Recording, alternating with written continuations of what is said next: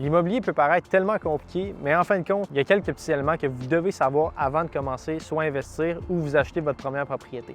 Je vous explique ça en moins de 10 minutes, ça ne sera pas compliqué. Essayez d'être le plus clair possible, puis à la fin de la vidéo, vous allez être en mesure de savoir comment fonctionne une transaction immobilière. Mon nom, c'est Gabriel Arton-Houtier et j'ai aidé plusieurs centaines de personnes dans les dernières années à acquérir ou vendre une propriété dans la région de Québec. Donc, on commence tout de suite avec l'hypothèque. Au niveau du financement, comment ça fonctionne? Une hypothèque, dans le fond, tu vas aller voir une banque et tu vas aller lui emprunter de l'argent. Comment ça fonctionne? Il y a beaucoup de termes qui sont associés à une hypothèque. Une hypothèque, c'est une dette. Est-ce que c'est une bonne ou une mauvaise dette? Tout dépendant de quel type d'immeuble que vous achetez et de l'usage que vous allez en faire, mais encore là, c'est des choses qui vous regardent uniquement. Pour commencer, le montant de mise de fonds. Évidemment, il y a plusieurs types d'immeubles qu'on peut acheter. On peut acheter des magasins, on peut acheter des plex, on peut acheter des maisons, des condos. Qu'est-ce que ça prend comme argent liquide pour acheter une propriété? Et est-ce que c'est vrai qu'on peut acheter sans mise de fonds au Québec? Quand on parle de résidentiel, on parle de 4 logements et moins au niveau du financement. Au niveau de la mise de fonds, on peut mettre 5, 10, 15, 20, tout dépendant du type d'immeuble que vous achetez. La mise de fonds minimum va dépendre de ça.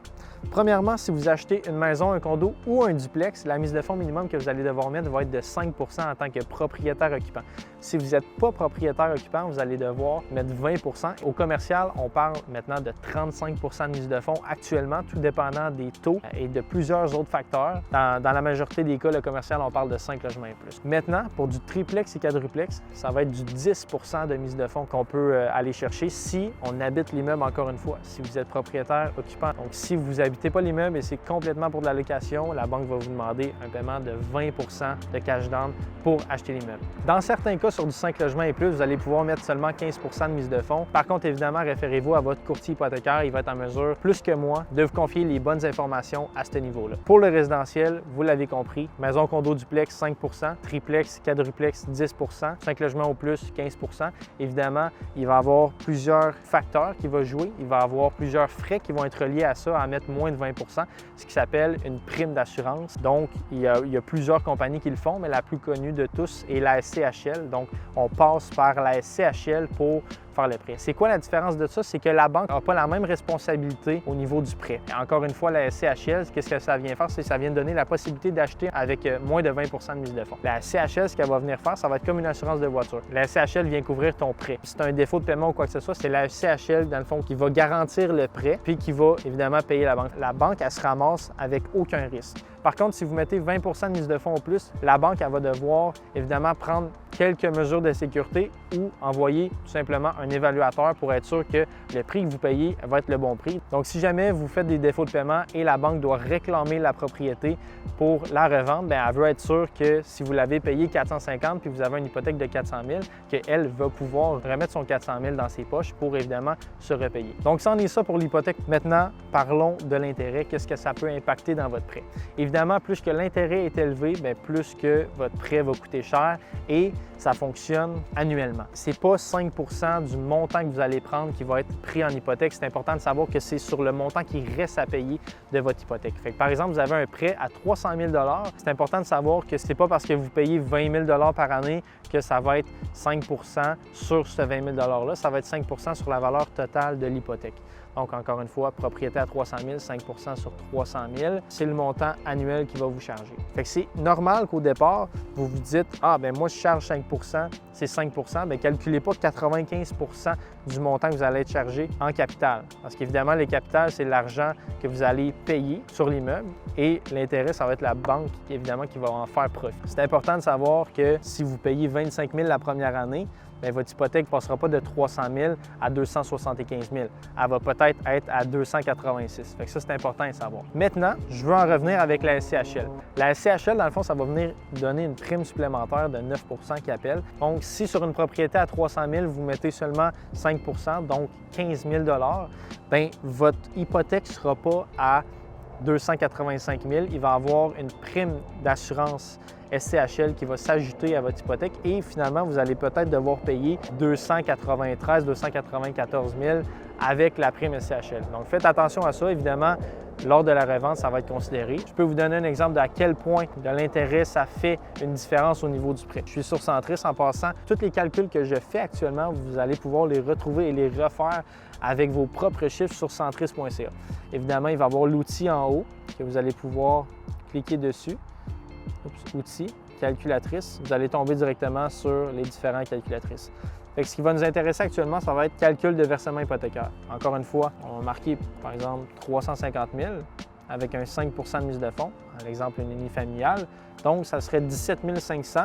Montant de l'emprunt, 332 500. Le montant n'aura pas d'assurance SCHL. Le taux d'intérêt actuellement du 4,7 environ et l'amortissement moyen est de 25 %. Encore là, on va parler du terme plus tard et des pénalités reliées à ça. Ça va être une partie très intéressante pour vous si jamais, évidemment, vous ne le saviez pas. Donc, le coût de la propriété, 350 000, mise de fonds 5 %, taux d'intérêt 4,7, amortissement 25 ans qui est la norme à Québec, fréquence de versement mensuelle. Pour un total de 1 877,45 $ que vous allez payer mensuellement juste pour l'hypothèque. Évidemment, il va y avoir des frais supplémentaires. Là, maintenant, on va faire la différence avec un 5 %. C'est 1 933,84 $. Fait qu'on voit quand même qu'il y a une bonne différence. Fait que c'est pour ça que les acheteurs ont de l'engouement quand les taux descendent parce qu'ils sont capables d'aller chercher des hypothèques moins élevées et avoir une préqualification plus élevée, évidemment, avec les taux. Parce que la banque, dans le fond, elle se garde toujours une marge de risque. Si jamais les taux sont à 4 %, mais il faut que tu sois préqualifié pour 2 % supplémentaires.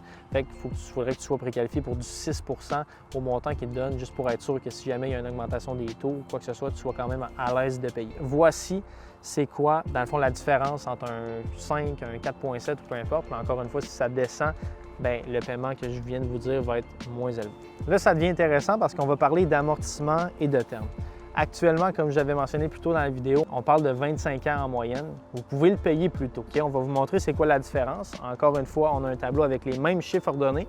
On a mis un taux d'intérêt à 5 %, juste pour dire qu'il est à 5 %. Actuellement, on peut avoir moins de 5 % sur un prêt. Encore une fois, mise de fonds, on va le laisser à 5. On va maintenant voir qu'est-ce que ça change de payer en 20 ans, en 15 ans, en 25 ans. Ça va affecter le montant des versements. 25 ans, on parle de 1 933,84 sur une propriété de 350 000. Sur du 30 ans, on parle de 1 774,52. Fait que c'est comme une voiture. Plus que tu as un terme qui est élevé au niveau du paiement. Donc, par exemple, tu le payes sur 8 ans, mais tu vas avoir des paiements moins élevés que si tu le payais aux 4 ans. C'est la même affaire avec un amortissement. Sur 20 ans, maintenant, ça va être 2 184. Fait que, évidemment, plus que tu le payes vite, plus que tes montants vont être élevés. Maintenant, le terme, ça va être intéressant parce que oui, ça ressemble beaucoup à l'amortissement, mais ton terme, dans le fond, ça va être ton engagement avec la banque durant la durée du terme.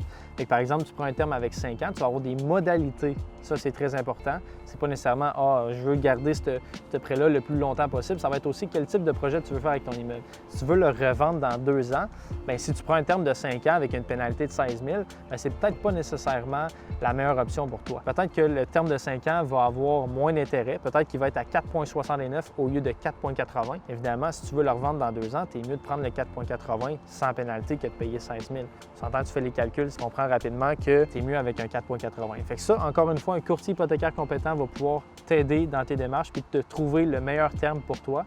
Évidemment, le meilleur produit qui est associé à ton type d'achat et qu'est-ce que tu veux en faire plus tard. Évidemment, le terme, ça n'impacte pas les coûts de versement ou quoi que ce soit. Le terme, c'est vraiment juste l'engagement avec la banque.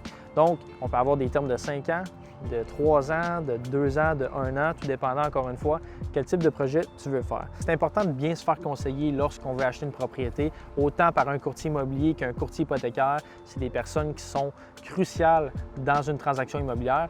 Tout dépendant, encore une fois, du projet que vous voulez faire, ça va être important de voir quelles sont les spécialités. Si jamais vous voulez faire un investissement immobilier, bien, allez voir quelqu'un qui en fait régulièrement, un courtier immobilier qui a un parc immobilier également. Si vous voulez plus d'informations, vous voulez plus de conseils en immobilier, mes informations sont dans la description. Évidemment, j'ai d'autres vidéos qui pourraient vous intéresser sur ma chaîne YouTube. Encore une fois, si vous avez aimé, vous pouvez vous abonner, liker, partager. Mon nom est Gabriel Arton-Aussi, je suis courtier immobilier dans la région de Québec et depuis plusieurs années, j'aide des centaines de personnes à faire des transactions immobilières.